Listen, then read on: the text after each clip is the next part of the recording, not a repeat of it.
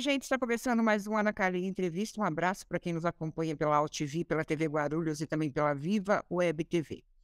O nosso papo de hoje é literalmente gostoso. Eu vou conversar com uma pessoa que é um exemplo de superação na vida, por tudo que ela passou. E hoje eu tenho certeza que ela dá risada de muita coisa. Hoje ela é empresária, terapeuta sexual e vive um dos melhores momentos, né, nesse mundo conturbado. A gente vai conversar com Thaís Plaza. Oi, Thaís, tudo bem? Tudo ótimo, lindona, e você? Que delícia de apresentação. Você sabe que eu falei de superação porque eu conheço um pouco sua história, mas a gente vai chegar lá. Eu queria começar bem do início. Onde nasceu Thaís Plaza? Conta um pouquinho da sua vida pra gente. Nasci em São Paulo, sou paulistana, pai, mãe, toda a família daqui de São Paulo. Eh, Sou de uma família incrível, né, de espanhóis, daquele que gosta de se reunir, que fala alto, que é uma família extremamente afetuosa. Tenho 2 irmãos, a Karina e o Fábio. E fui mãe muito cedo. Eu acho que a minha maternidade também define muito de quem eu sou. Aos 19 anos eu fui mãe solo e da Nadine, que é uma pessoa incrível. Tenho uma mãe incrível também, que é a Vilma. E o meu pai é falecido, mas também foi uma pessoa muito presente na minha vida. Então eu acho que o meu berço, o meu alicerce enquanto família é muito bom, é muito afetuoso, e acho que isso reflete muito em quem eu sou. Como é que foi tua infância? Você brincava, era danada, deu muito trabalho?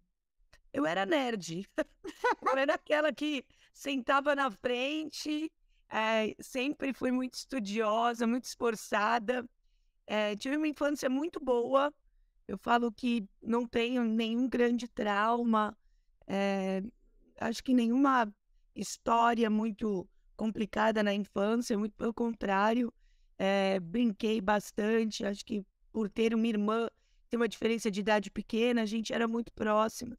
Então eu cresci com uma grande companheira comigo, e fui uma criança muito feliz. Sofria um bullying, acho que como muitas pessoas na infância, porque eu era da turma dos mais estranhos, assim, mas eu brinco até que eu comprava simpatia, sabe? Porque como eu era bastante estudiosa e esquisita, estranha, assim, no meu mundo, eu fazia trabalho de escola, colocava o nome de todo mundo do fundão, do povo da bagunça. Falava: "Ó, coloca o nome de vocês no trabalho, vocês não fazem nada, mas vocês não me enchem o saco". Então, eu falo que na época da infância eu comecei a negociar a minha paz. Eu acho que eu trabalhava um pouco com política ali naquela época para ser menos zoada, mas eu acho que eu tenho mais boas recordações, momentos felizes na minha infância que qualquer coisa. E o que que você pensava em ser? Ah, quando eu crescer, eu vou ser médica, vou ser advogada. Qual era o sonho da Thaís naquela época? Então, eu brinco muito que eu queria, desde pequena, ser garota de programa. Mas não era de programas eróticos, não. Eu sempre quis trabalhar com programa de rádio, de televisão. Eu cresci com uma avó analfabeta, né? A avó Dolores, nessa casa, inclusive, em que eu estou. eh, Minha avó morou a vida inteira, ela morreu com 90 e tantos anos. E a minha avó, por ser analfabeta, a grande ligação dela com o mundo era o rádio. Então eu cresci com a minha avó escutando rádio AM e cresci com Zé Béttio, Paulo Lopes, Eli Correia, o homem sorriso do rádio. E a minha primeira grande conexão com o mundo, com as informações, foi através do rádio. Então, uma forma até de me aproximar da minha avó, eu queria trabalhar como radialista, queria trabalhar com rádio, com locução. Fiz, né, essa formação pela Rádio Oficina, trabalhei, inclusive, na Rádio Capital por um tempo, realizei esse sonho de ser uma comunicadora.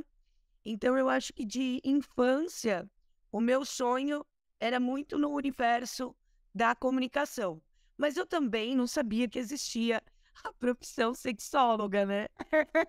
Essa ideia do prefixo SEX, eu sempre fui uma criança muito infantil, brinquei de Barbie até os 15 anos. Então, às vezes as pessoas me veem hoje sexóloga, trabalhando nessa área tão incrível e falam, nossa, como que você era na infância e tal. E não, eu era sexóloga, mas de uma inocência muito grande. E eu acho que isso reflete no meu trabalho hoje.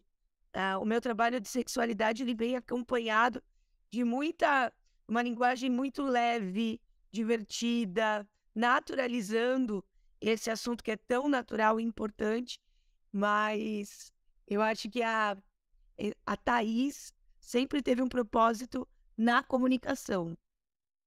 E não deixa de ser um canal de comunicação interessante. Mas conta para mim, como é que aconteceu a gravidez? Como é que foi essa fase? Eu namorava e, como digo sempre, né, a importância que a gente tem de, eh, acho que de conversar. Hoje eu converso muito sobre sexualidade com a minha filha, sobre métodos contraceptivos. Eu faço questão de comprar o anticoncepcional dela. Mãe, compra, compro. Preservativos também. Até não só a questão da gestação, mas as doenças, né? Claro. As ISTs, as infecções sexualmente transmissíveis. Então tem tudo isso. Mas na minha época, assim, de infância, não existia muito diálogo sobre esse assunto. E não tinha Google, não tinha acesso a tantas informações, né? E, como eu disse, eu fui, acho que muito, de certa forma, infantilizada, numa bolha, né, de brincar. Que quando eu comecei a namorar, eu achava que essa atitude, né, do uso do preservativo era muito mais do homem, sabe? Eu não achava que a mulher tinha que andar com o preservativo, que a mulher tinha que chegar e colocar o preservativo. E acabei tendo uma relação eh, sem preservativo. Eu, na época, tomava anticoncepcional, mas eu acho que eu errava os dias, tomava 2 no dia, tomava um, não era tão regular nesse uso do anticoncepcional e acabei engravidando. Quando eu descobri a minha gestação, falei com o meu parceiro, que era meu namorado na época, e ele era também muito novo, e ele não encarou, né, navegar nesse barco juntos. A gente acabou tendo conflito na relação e fui mãe solo. Mas eu sempre sou muito grata em dizer que essa minha maternidade foi muito compartilhada, porque a minha mãe é incrível e ela embarcou comigo nessa jornada, meu pai, minha irmã, meu irmão, todos os meus familiares foram incríveis. Então, eu acho que eu não senti o peso de ser uma mãe solteira, porque eu tive uma rede de apoio, assim, absurda que me ajudou. E você se mantinha nessa época? Você já trabalhava? Você já era uma pessoa independente? Amada, eu sempre me virei. Comecei a trabalhar nessa vida com 13 anos. Meu primeiro emprego foi aos 13 anos e foi muito mais porque meus pais, eles sempre colocaram tudo que a gente precisava enquanto necessidades, mas nunca puderam nos permitir luxos. E luxo que eu digo nessa época não era, sei lá, uma roupa de marca. Era muitas vezes comer no McDonald's. Era muitas vezes comprar uma calça nova ou uma bicicleta. Todo mundo tinha bicicleta. Na época, eu queria uma bicicleta. Meus pais não podiam me dar de presente uma bicicleta. Eu falei, então, eu vou sair, vou trabalhar e vou comprar minha bicicleta. E foi por esse motivo que eu saí para trabalhar aos 13 anos, né? E nunca mais parei. Então, quando eu fui mãe solo, minha filha tinha meses, eu amamentava ela ainda, acho que 2 meses. Eu voltei para o mercado de trabalho, fui trabalhar no hipermercado. Então, eu já fiz de tudo, eu já trabalhei em posto de gasolina, em loja de conveniência, já trabalhei em consultório de astrologia. Eu era recepcionista, foi uma das fases que eu mais gostei, assim, de primeiros empregos, porque lá tinha leitura de tarô, mapa astral, e foi, acho que nesse momento que eu comecei já a gostar de tudo que até hoje eu carrego comigo. Acredito muito em signos, mapa astral, leitura de cartas. Eh, Na época que eu trabalhei no supermercado, foi uma fase muito boa, porque minha filha era bebê, eu conseguia promoções de fraldas, lenços umedecidos, de muitas coisas assim. Foi uma época que eu fiz grandes amizades e nunca parei de trabalhar. A minha vida inteira foi marcada por bastante dedicação para que nada faltasse para minha filha, para que ela não precisasse passar por nenhuma necessidade financeira, e sempre honrei com esse compromisso. E como é que surgiu a Thaís sexóloga? Qual foi o momento? Ela vem de uma construção, assim, eu sempre falo degrau a degrau. Eh, eu era bem perdida, para te falar a verdade, com relação a propósito de vida, a legado, sabe? É muito mais do que um emprego, um ganha-pão, né? A minha mãe sempre veio de uma crença de escassez muito grande, do tipo, o pobre tem que trabalhar, o pobre tem que pagar suas contas, eh, da própria CLT, né? Para uma pessoa, para minha mãe, para a geração, né, dos nossos pais, a pessoa bem-sucedida era aquela que tinha registro em carteira, que tinha vale transporte, cesta básica, vale refeição. Então eu venho dessa, na minha vida sempre foi colocado isso como propósito de ser bem-sucedido. Olha, se você conseguir isso, você é bem-sucedida. Mas isso nunca fez parte de quem eu sou enquanto pessoa. Ana, eu nunca me adequei às baias, sabe? Aos trabalhos em que você tem uma baia, uma função, um chefe, um horário para entrar, um horário para sair, uma meta absurda para você chegar no final do mês e conquistar. Então, eu fazia isso, mas eu sofria ao fazer. E quando você me perguntava, há muitos anos atrás, há mais de 10 anos atrás, o que eu queria ser quando crescer, o que eu queria enquanto realização profissional, eu dizia que eu queria trabalhar por amor, que eu queria trabalhar em algo que me fizesse feliz. E isso era um propósito de vida cercado de utopia. Você nunca vai trabalhar por amor. Vai lá e faz o que tem para fazer, recebe teu salário, paga tuas contas. Mas isso nunca foi uma realidade que eu aceitei. E eu sempre disse, eu vou trabalhar por amor. E quando eu fui trabalhar no rádio, foi o meu primeiro amor. Realmente amei, né? Trabalhar em rádio AM, em ser produtora, trabalhar com locução. Só que eu não ganhava dinheiro. E aí eu descobri nessa época que eu amava dinheiro, sabe? Eu não tenho vergonha de dizer que, tá, o amor me movimenta, sou uma pessoa movida a tesão, sempre quis trabalhar por amor, mas eu quero ganhar dinheiro, eu quero ter uma fonte de renda que me permita ter conforto. E aí, eu fui fazer uma faculdade de publicidade e propaganda para aprender a ganhar dinheiro, para aprender a vender projetos, para aprender a fazer bons patrocínios de marca.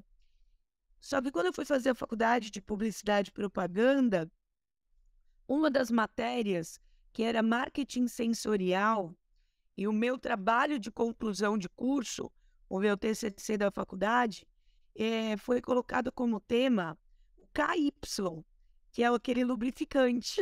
Não acredito. Foi o meu primeiro. Isso é aleatório. Você não escolheu, Não, aconteceu. era mercado tabu. Todo mundo tinha que fazer um trabalho sobre produtos tabus. Então, tinha um grupo que pegou minâncora para falar sobre. Outro pegou produto para micose. E o meu era o KY, que era o lubrificante íntimo. E aí eu fui fazer um TCC, estudar tudo sobre a área da sexualidade, criar uma campanha. Então eu digo que o meu primeiro amor pela área da sexualidade foi através do universo acadêmico, estudando. E depois que eu fiz o meu TCC de sexualidade, eu fui fazer uma campanha num motel para fazer as fotos do nosso trabalho de conclusão de curso. E quando eu fiz essas fotos, eu iluminei a luz de velas, coloquei pétalas de rosas no cenário, criei todo um cenário, né? Fiz uma produção. Uma produção. E aí o gerente do motel falou para mim, por que você não trabalha com isso? Falei, com isso o quê? Ele falou, com cenários em motéis. Tem muita gente que quer fazer aniversário de casamento, aniversário de namoro, e contrata empresas para criar esses cenários com pétalas de rosas, iluminando a luz de velas, aromatizando o ambiente. E aí eu criei a Doce Sensualidade, que era uma empresa de decoração em motéis, que eu ia para os motéis antes do casal chegar e eu criava esses cenários. Então eu iluminava a luz de vela, aromatizava, colocava olhinhos de massagem, porta-retrato com a foto do casal, criava uma trilha sonora para quando o casal entrasse na suíte do motel, a música do casal tá tocando no aparelho de som e toda uma atmosfera.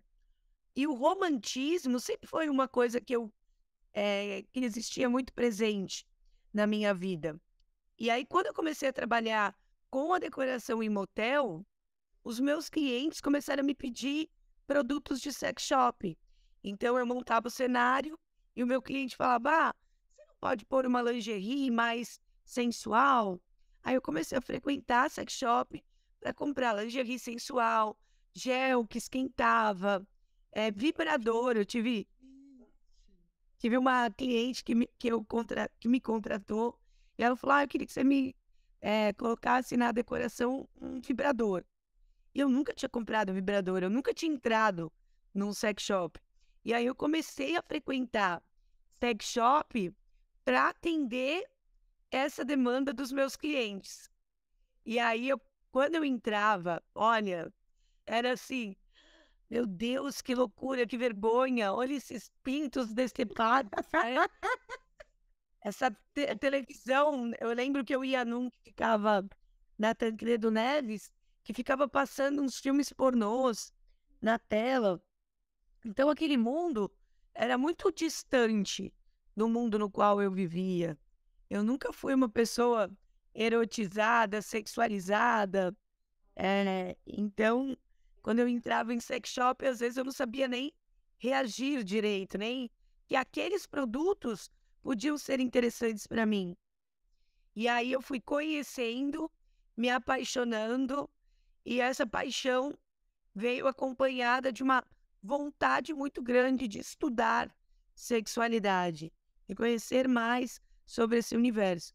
Aí eu fiz curso de capacitação em saúde e educação sexual com o casal Tessarioli, fiz pós-graduação em terapia sexual na saúde e educação, também pelo Cefatef, com o casal Tessarioli, sou pós-graduada em terapia sexual e até hoje eu nunca parei de estudar. Eu sou uma eterna estudante de sexualidade, porque sexualidade é uma energia em movimento, sempre em transformação. Então, existe essa necessidade de sempre se reciclar e buscar novos conhecimentos. A gente vê que é um mercado, o sex shop é um mercado em plena expansão, né? Eu fui em algumas feiras, a quantidade de produtos, e às vezes eu me questiono, eu falo, tem mercado para tudo isso? Porque as pessoas se escondem, né? Muitas vezes as pessoas usam determinados produtos, é a fase da negação. Ai, você usa vibrador? Eu não. Ai, você usa gelzinho? Eu não. Né? Aí eu acho que a sexualidade ainda é um tabu nessa coisa da negação, de você assumir o que você faz. É um mercado que, que cresce muito. Qual o segmento? Que faixa etária? Como é que é isso? Como é que você vislumbra esse mercado hoje? Vou começar então, justamente a falar do hoje, mas a gente não está muito distante do ontem. Eu falo que a grande reflexão, até para quem está ouvindo ou assistindo a gente, é do círculo de amizade seu, do seu círculo familiar, das pessoas que você conhece. Quantas pessoas de fato usam produtos eróticos, têm vibrador ou géis e falam sobre isso naturalmente, abertamente? Geralmente é um grupo muito pequeno, É, é um grupo muito restrito. E aí eu faço essa pergunta sempre: quantas pessoas desse mesmo grupo que nós estamos falando têm relação sexual ativa, namora, é casada, e nem precisa ser uma pessoa que namora ou uma pessoa que é casada? Quantas dessas pessoas têm uma vida, né, que pode se tocar? Porque a gente pode ter uma vida sexual ativa sendo solteira, não tendo ninguém. Você pode ser cliente de um sex shop ou de uma consultora de produtos eróticos, mesmo estando em carreira solo, porque tem uma série de produtos para quem está em carreira solo, seja adolescente que está começando a sua vida, produtos para beijar na boca, refrescante bucal, produtos para tomar banho, para cuidar desde de muito novo, da higiene íntima, com produtos próprios para isso, até a adolescente já na fase mais adulta, nesse processo de autoconhecimento, então da masturbação, aí vai até mulheres da menopausa, que começam a ter mudanças hormonais importantes, e dentro do sex shop tem uma variável absurda de produtos para ajudar nessa fase. Então vai desde do pré-adolescente, no início da sua jornada, para aprender com pessoas que conhecem sobre esse universo, sobre sexualidade, porque muitas vezes não se conversa com as pessoas que estão próximas, os pais ou pessoas de confiança ali. Então, através de um terapeuta sexual, pode ter uma boa conversa, até a pessoa que está na menopausa, que já está na melhor idade, e você tem um público-alvo muito amplo quando a gente fala de sexualidade. Com relação a público, quem mais consome ainda hoje são as mulheres. Mas por quê? As mulheres, elas, de certa forma, se sentem responsáveis pela manutenção das suas relações. As mulheres ainda hoje se sentem, vamos dizer, quando eu falo responsáveis, no papel de trazer novidades. Ah, elas se sentem ao mesmo tempo responsáveis e culpadas, né? claras. Isso. Nossa, meu relacionamento tá muito morno.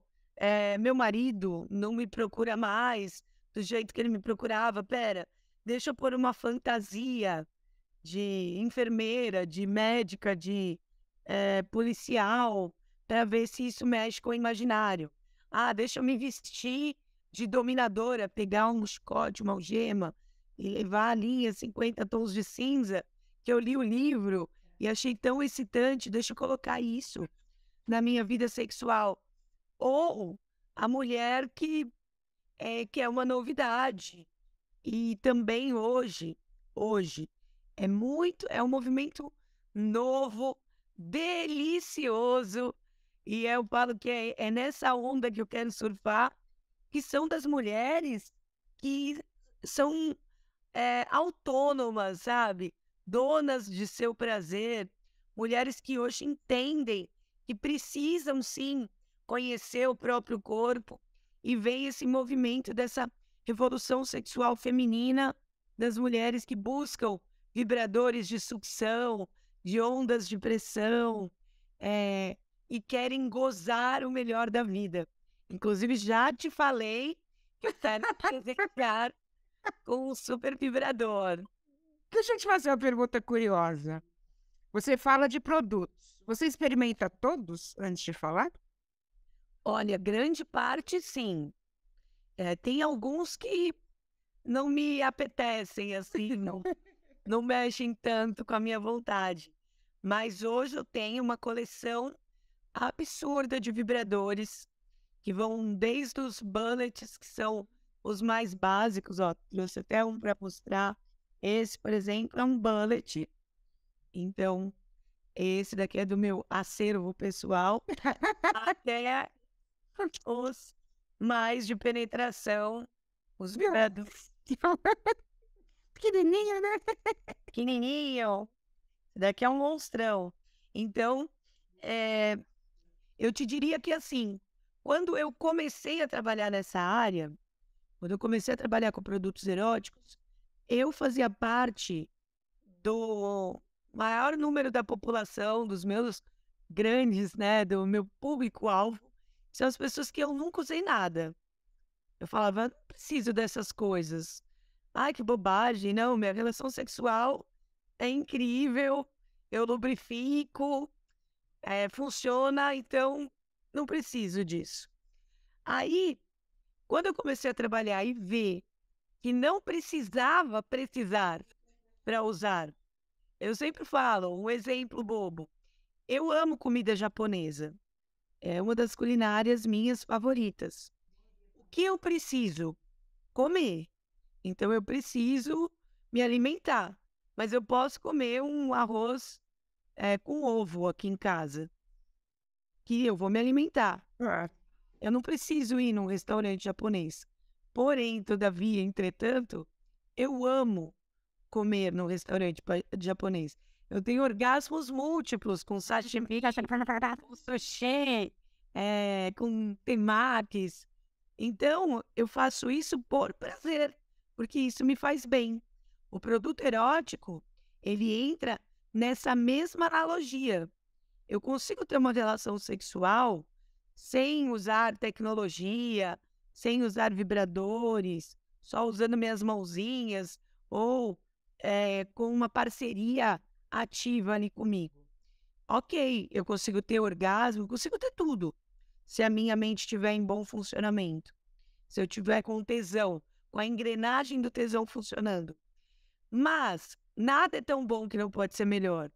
Quando a gente usa essa tecnologia a serviço do prazer e coloca os vibradores, os lubrificantes, os vibradores líquidos, os excitantes, tudo isso que já é bom, fica muito melhor, fica divertido, fica gostoso, aproxima você de um prazer que você não teria da mesma forma se você não usasse essa tecnologia.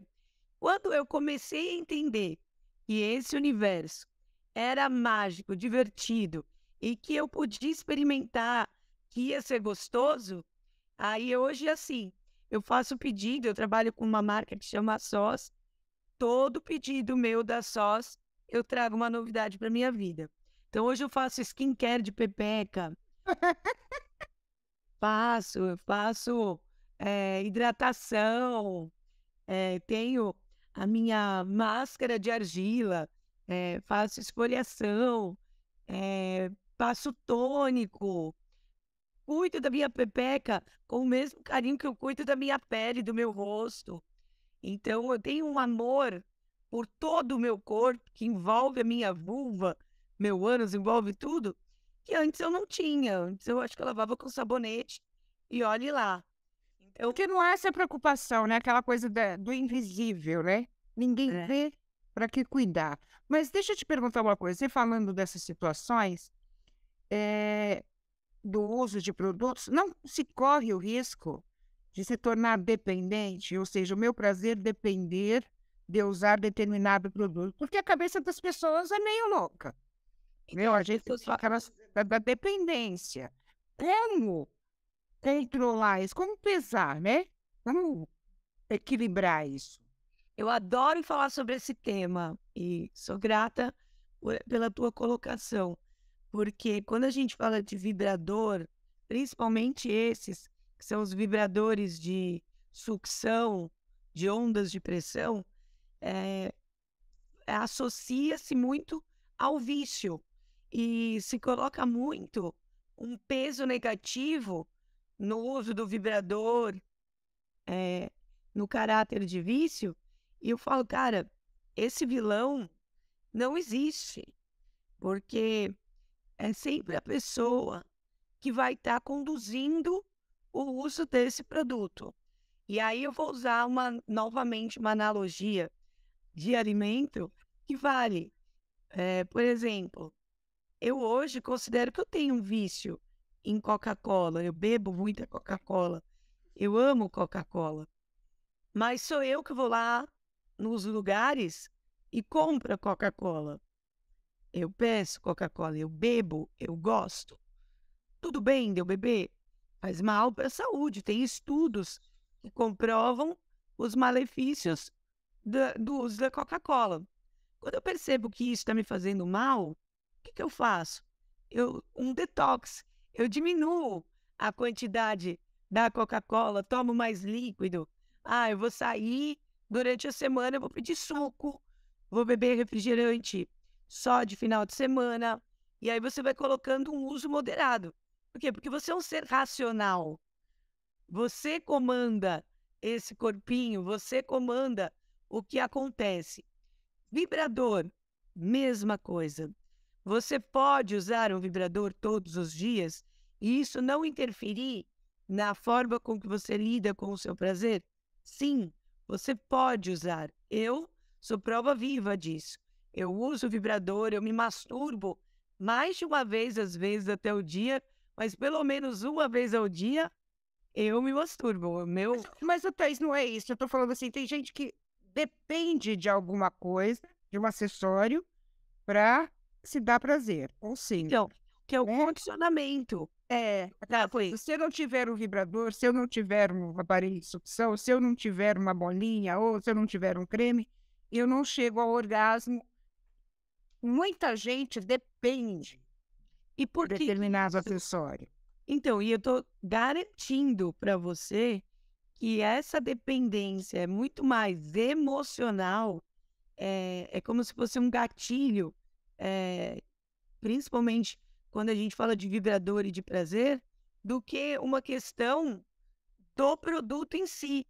E estou dizendo isso por quê?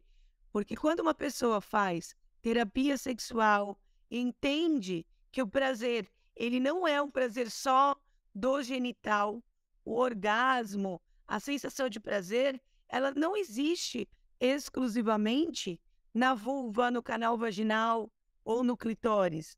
O prazer, ele acontece em todo o corpo. E quem tem essa capacidade orgástica, nessa conexão desse orgasmo, é o nosso cérebro, é a nossa mente. Então, uma mente que está em bom funcionamento, que conhece esse prazer de forma ampla, entende que se eu estou usando, já aconteceu isso comigo, eu estou falando de caso real. Eu usava muito vibrador de ondas de pressão. De uma forma muito clara, o prazer chega rápido. Eu não preciso de frases, de preliminares, de lambidas, chupadas, de nada, para que eu tenha um orgasmo. Eu encosto isso daqui no meu clitóris, que tem 8.000 terminações de prazer, ele estimula essas 8.000 terminações de prazer e eu tenho um orgasmo em até 3 minutos. Simples assim. E aí, o que acabou acontecendo comigo? Pandemia, fique em casa, eu e meus vibradores, rainha da siririca, era toda hora e eu estava solteira na pandemia. que eu percebi? Que quando eu me relacionei com uma pessoa, com um ser humano, o meu prazer estava vindo mais devagar, que de alguma forma o meu cérebro condicionou o orgasmo a essa sensação que vem rápida, Aham. do uso do vibrador. Aí, o que eu fiz? Esse detox do vibrador. Ao invés de usar esse vibrador que leva o meu prazer ao orgasmo rapidamente, eu voltei a utilizar os meus bullets. E aí comecei a me reeducar quanto ao prazer. Mas você tem essa formação e essa informação, entendeu? Eu acho que a cabeça da gente é muito complicada, principalmente nessa área da sexualidade, né? A gente vê, tanto que a gente tem pedófilos, tarados, etc., que não tem qualquer tipo de discernimento sobre o que é uma vida sexual, vamos dizer assim, saudável. Por isso que eu te perguntei isso. Porque eu conheço uma pessoa que depende totalmente, ela prefere ter um vibrador do que um relacionamento. Então, mas é essa pessoa e qualquer pessoa que respire deveria de ter um terapeuta sexual para chamar de seu. Terapia sexual deveria de ser visto que nem personal trainer. Você vai para uma academia, você consegue fazer os exercícios ali na academia sem ter orientação. Mas se você começa a fazer um movimento, puxar um peso de forma errada, pedalar ou fazer uma esteira numa velocidade que não é a sua, você não causa um malefício para o teu Claro, corpo, claro. uma fadiga no músculo, e um problema para a tua saúde? A sexualidade, gente, é a mesma coisa. Você pode viver uma vida sexual ativa sem ninguém te orientar, te ajudar a caminhar contigo. Pode.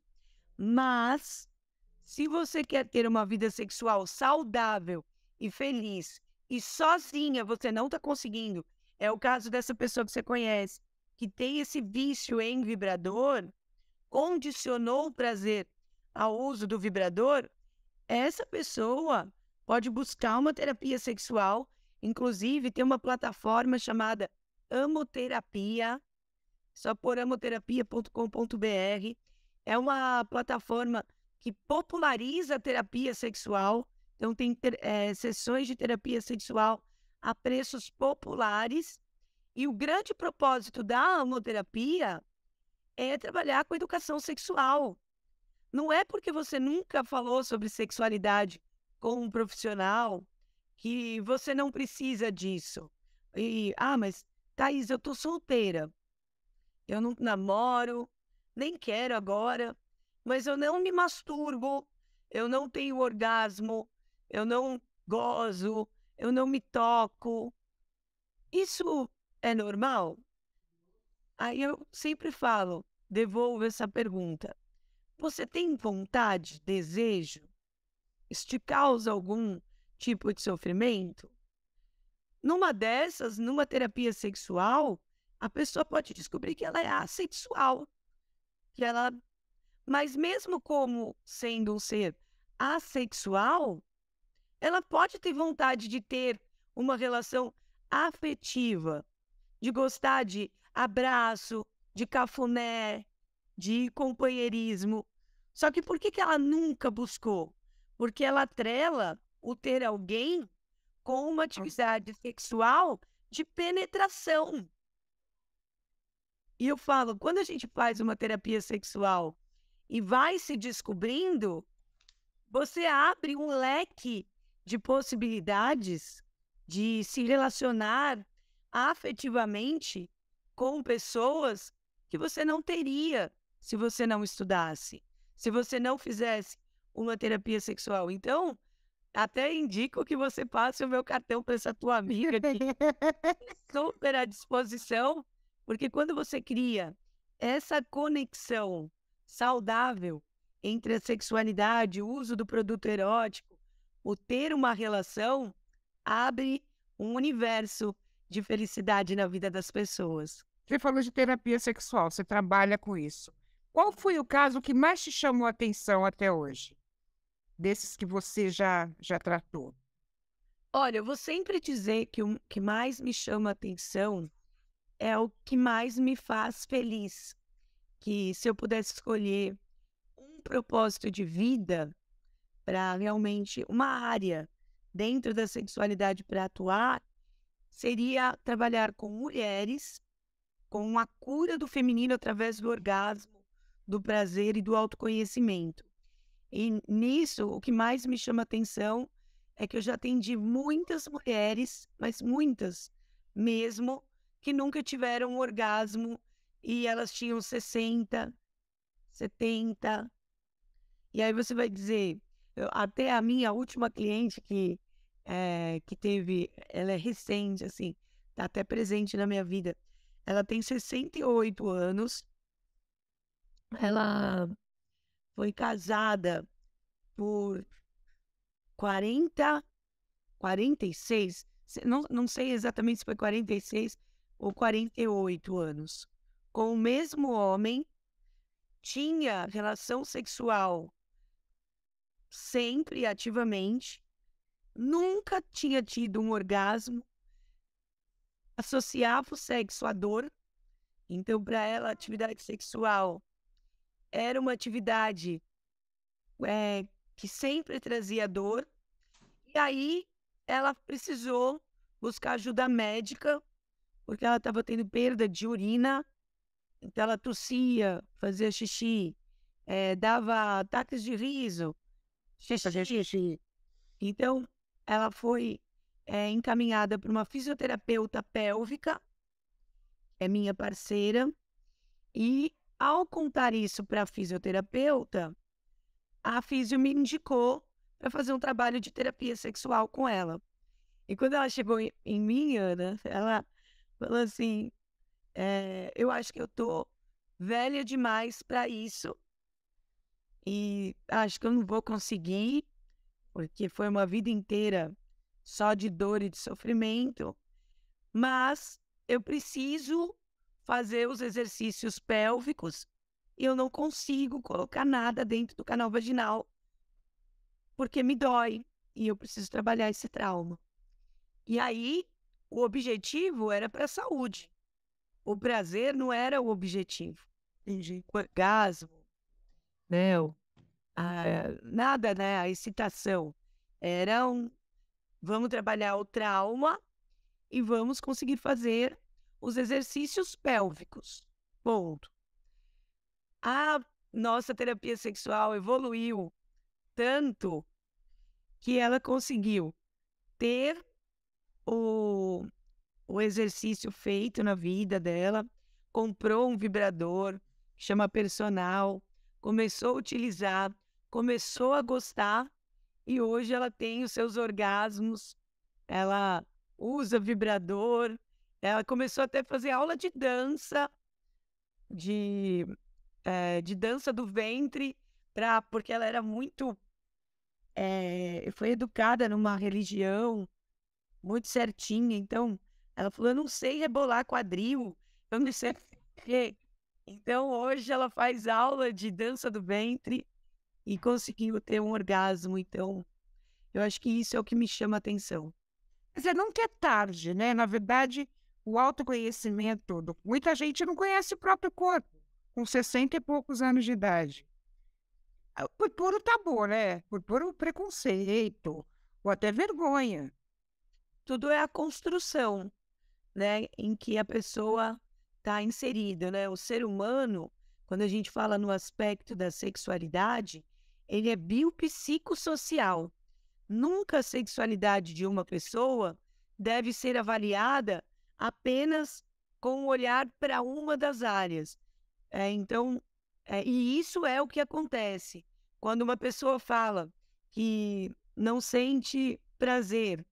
O primeiro olhar que vão avaliar é o olhar biológico, bio.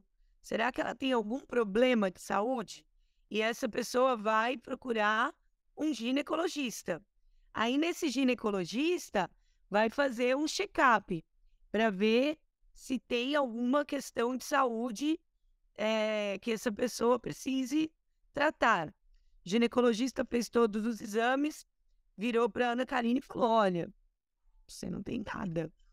Sua saúde está em dia, taxas hormonais estão ok, lubrificação ok, você não tem nada.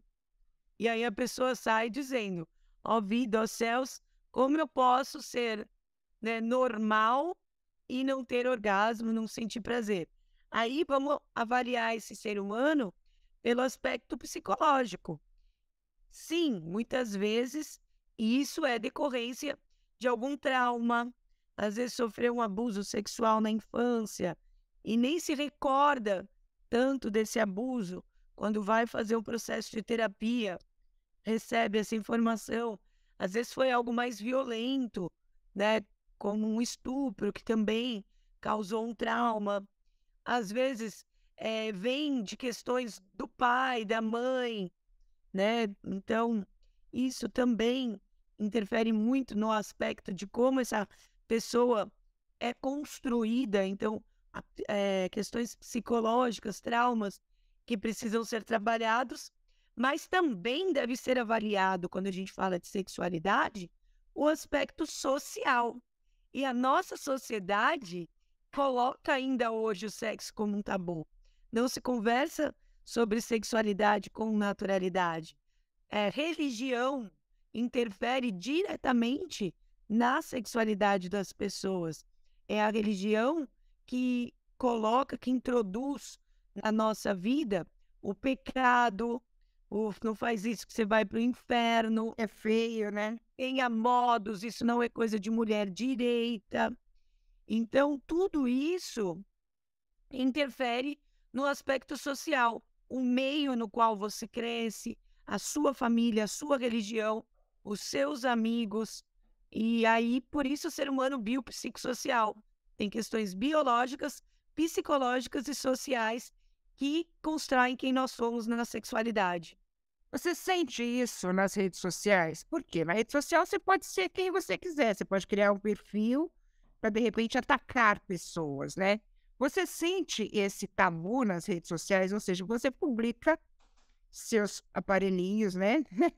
Você fala de sexualidade, você dá dicas. Vem comentários agressivos. Como é que você lida com isso? Eu sempre falo, quem diz que sexualidade não é terra de ninguém, a gente tem que pôr uma vírgula quando a gente fala de educação sexual, o que é um absurdo. Nós que trabalhamos como terapeutas sexuais, educadores sexuais, sexólogos, e queremos utilizar a ferramenta das redes sociais, seja Instagram, Facebook, YouTube, TikTok, qualquer uma dessas redes sociais, para levar informação de educação sexual, pasme, mas nós estamos no mesmo pacote da pornografia, do prefixo SEX. Nós somos banidos, nós temos os nossos conteúdos em Shadowban, que é aquela lista em que eles não divulgam tanto os nossos perfis. Eu falo, meu crescimento, ele é orgânico, orgânico mesmo. Porque se eu depender de robôs ou de Instagram para compartilhar o meu conteúdo, eu tô morta, porque ele não vai fazer isso. Porque não se diferencia educação sexual de pornografia. Que absurdo. E aí, esse é o grande absurdo. Eu falo, até uma vez eu fiz participei de um podcast como esse que nós estamos, e uma das perguntas que a pessoa me fez é: se você pudesse escolher qualquer personalidade para tomar um café, para jantar, para almoçar, quem você escolheria? Eu falei, eu escolheria o Mark Zuckerberg como intérprete para explicar para ele a diferença entre pornografia e educação sexual e pedir encarecidamente que ele nos desse mais espaço dentro das redes sociais para a gente trabalhar com a educação. Então, primeiro lado nós sofremos muito preconceito em relação a isso. Também tem muito hate, né? Quando a gente trabalha com sexualidade, você faz uma postagem que, teoricamente, não tem nada demais e vai ter gente que vai denunciar, porque eu mostrei, olha, o meu brinco é uma vulva. Tá vendo aqui, ó? Este brinco é uma vulva. Aí eu mostrei um brinco de vulva. Não tá afrontando ninguém, mas as pessoas seguem os nossos perfis, principalmente pessoas que têm uma questão religiosa muito forte e ficam denunciando ou ficam dizendo que isso não é coisa de Deus, ou tem o lado que eu acho que ainda é mais chato, que são os punheters, né? Haters, que são os que destilam o ódio. Tem as pessoas que você posta uma coisa ali, falando da vulva, e ele, quanto é a sua hora? Você faz massagem, você quer sair comigo? Porque a partir do momento em que eu sou sexóloga, eu devo ter uma vida sexual ativa, feliz e fácil. Vou sair por aí dando para todo mundo. Então, eu acho que quem trabalha com sexualidade, no dia a dia, acaba vivendo tudo isso. E você responde, apaga, como é que você administra esses comentários? Eu sempre falo assim, eu não sou Valesca Popozuda, não vou com tiro, porrada e bomba, sabe? Bateu de frente comigo, não é tiro, não é porrada e não é bomba, porque eu não acredito que essas pessoas que batem de frente com a gente, seja destilando ódio, seja destilando cantadas sem sentido, elas precisam de porrada, porque eu acho que a porrada vai manter elas na ignorância. Então, o que eu faço é manter ali perto e vou trabalhando com amor, com educação, compartilhando conteúdo.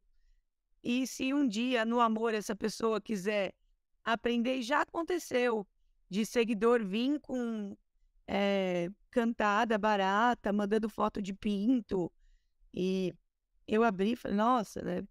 Que bosta, né? Nem queria ter visto isso. Né? Tem como desver?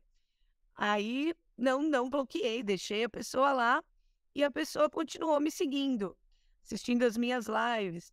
E aí uma das lives, eu estava falando sobre isso, eu falei, nossa, tem tanta pessoa que precisa evoluir, não sei por que que o homem acha que a gente gosta de foto de pinto, a gente não gosta. Então, se você, homem, faz isso, evolui Pokémon, não é legal. Só manda foto se a pessoa te der autorização, pedir, porque aí é uma troca. E aí um dos meninos estava ali e falou, nossa, eu já fiz isso. Inclusive fiz isso com você, desculpa. Então, tem pessoas que conseguem evoluir no amor. Eu falo que o meu caminho é sempre o da educação sexual, da informação e do amor. Você é uma pessoa hoje realizada sexualmente e emocionalmente? Muito. Mas, para isso, eu também precisei me permitir mudar muitas caminhadas assim na minha vida. Quando eu falo de sexualidade, eu entendo por estudar, e realmente não é por achismos, é realmente por estudos, que a sexualidade ela é uma energia fluida. A sexualidade ela é livre. A sexualidade, ela não existe dentro apenas de uma forma, de um roteiro. E eu cresci, né, numa sociedade heteronormativa, com pais também que sempre trabalharam, né, a heteronormatividade, sempre no meu meio, foi visto homem namora com mulher, mulher namora com homem. E a minha orientação, né, a minha bússola interna, sempre me levou a me relacionar com homens. Fui muito feliz, né? Mesmo na minha relação com o meu ex, que eu tive minha filha e não deu certo, eu tive a minha filha graças a essa relação sexual e eu sou muito grata, mesmo que não tenha sido a melhor experiência da minha vida. Se eu pudesse voltar no tempo, faria de novo.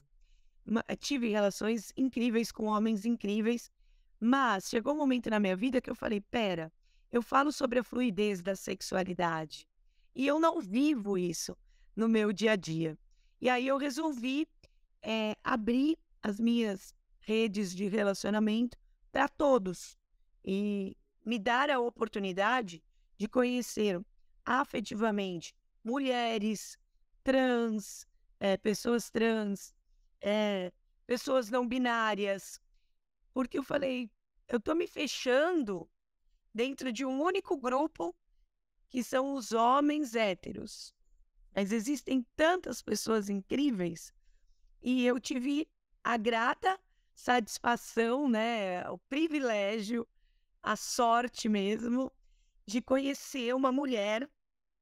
Foi meu primeiro match, inclusive eu conheci ela no Tinder, a Josi, que é hoje minha namorada, estou há 2 anos e meio com ela. E hoje eu estou num relacionamento homoafetivo, namoro com uma mulher, estou muito feliz sexualmente, afetivamente, muito satisfeita, plena, mas eu precisei abrir esse leque de possibilidades e me permitir viver isso para ter essa felicidade hoje. Olha que interessante, você que vive a sexualidade há tanto tempo, demorou muito para abrir esse leque. Imagina as pessoas que não têm conhecimento, né? Que têm a vontade, mas não têm o conhecimento, não têm, vamos dizer assim, a coragem de mudar esse ciclo. Tem muita gente infeliz hoje porque não experimentou outras coisas, porque não se deu a oportunidade, né? Que dica você dá para abrir esse horizonte? Então, infelizmente, nós moramos num país em que a homofobia, a transfobia é muito presente. Nós somos um país em que a transfobia é um perigo de vida mesmo, né? Tem muitas pessoas que morrem pelo simples fato de serem quem são, né? Por existirem. Então, o medo, ele é algo que a gente tem que entender como algo que existe e tem um fundamento. A nossa sociedade, ela julga muito. Ela, de certa forma, ainda hoje, marginaliza, condena pessoas pela sua orientação afetivo-sexual. Então, esse eu acho que é o primeiro ponto de partida. Só existe um armário, que as pessoas usam esse termo, nossa, fulano ficou no armário, Beltrano saiu do armário. E quando a gente pensa em armário, a gente pensa numa pessoa escondida, né? A gente não pensa num armário, num closet. A pessoa lá, né, de purpurinas. A gente pensa no armário como algo escondido, de medo. Medo de revelar quem a pessoa é. Então, acho que a primeira questão é entender que nós precisamos combater a homofobia, a transfobia, a lesbofobia, fazer com que as pessoas que têm qualquer tipo de preconceito entendam que isso o preconceito é uma doença, que tem cura, que a informação pode curar. E digo isso porque faço parte de uma família super conservadora e nunca via com naturalidade essas questões. E hoje, a minha geração, eu, meu irmão e outros da família que têm orientação afetivo-sexual com pessoas do mesmo gênero, estamos mudando isso no amor e na informação. A minha família não é, a sua família aceita. Não é uma questão de aceitar, é uma questão de amar, de entender, de naturalizar, de falar, poxa, não, respeitar, né? Respeitar. Nossa, ela tá feliz. Vou fazer o quê? Não é fazer o quê? Nossa, Thaís, eu amo sua namorada. Sua namorada está convidada para o churrasco de família e ela não vai ser apresentada como essa é a amiga da Thaís. Ah, essa é a amiga da Thaís. Não, essa é a namorada da Thaís. E as pessoas não vão olhar com cara de namorada. Não, foi uma família que aprendeu a lidar através do amor. Não é aceitar, é isso que você disse, é respeitar, é amar, é envolver. E isso quebra essa homofobia. Isso faz com que as pessoas saiam do armário. Porque muita gente, quando assume quem apanha, é expulso de casa, ou é marginalizado no trabalho. Você pode ser gay, mas perde o emprego, né? ser afeminado. Você nunca ouviu isso? Isso é homofobia. Você pode ser lésbica, mas por que você tem que se vestir que nem homem? Não existe isso, roupa não tem gênero. O vestir-se não tem essa ligação. Então, eu acho que o primeiro passo se você não está conseguindo fazer esse processo sozinha ou sozinho, e a sua orientação, eu gosto sempre de dizer, é uma bússola. Eu hoje me coloco na sociedade como hétero, mas quando eu olho para uma mulher, eu tenho puta tesão. Eu tenho vontade de beijar na boca uma mulher. Às vezes você pode ser até bissexual, pansexual, mas se você não tem coragem de viver isso, busque uma terapia sexual para que você entenda a sua bússola interna. Ou quantas e quantas pessoas, homens, que são casados com filhos, mas que na surdina, quando está numa viagem longe, se permite sair com um homem, sair com uma travesti, porque tem esse desejo. Então, se esse desejo é teu, existe, sua bússola interna está ali te jogando para outros norte, sul, leste, oeste, e você está lutando contra algo que é interno, não lute, não sofra. Busque ajuda de uma terapia sexual, de um grupo de apoio, para que você tenha uma vida plena, feliz e possa viver e ser quem você é, sem medo. Thaís, muito obrigada. Olha, a gente estourou um pouquinho o tempo, mas eu tenho certeza que tem muita coisa para ser dita, né, nessa área. Eu acho que o principal recado que você deu é buscar a felicidade. A nossa existência já é um presente e é muito curta, né, para a gente ficar preso a modelos e a vontades alheias. A gente tem que seguir o que a gente tem vontade, o que o coração manda, o que o olhar atrai. Isso é o principal. Muito obrigada, querida. Padrão? Mas o que é padrão? O que é normal? Dentro da sexualidade, o padrão e o normal é ser feliz. Você passar por uma vida tão incrível como essa e chegar ali no final e dizer não tenho prazer, não tenho orgasmo, não fui feliz, isso para mim não é normal, isso não é padrão. Nossa, eu passei por essa vida e não pude realizar essa fantasia por medo de ser estranho ou viver a minha homoafetividade por medo de ser julgada. Então, como diria Pitty, seja você, mesmo que seja estranho, seja você mesmo que seja bizarro, seja você. Não há nada mais atraente e excitante do que ser você na sua essência.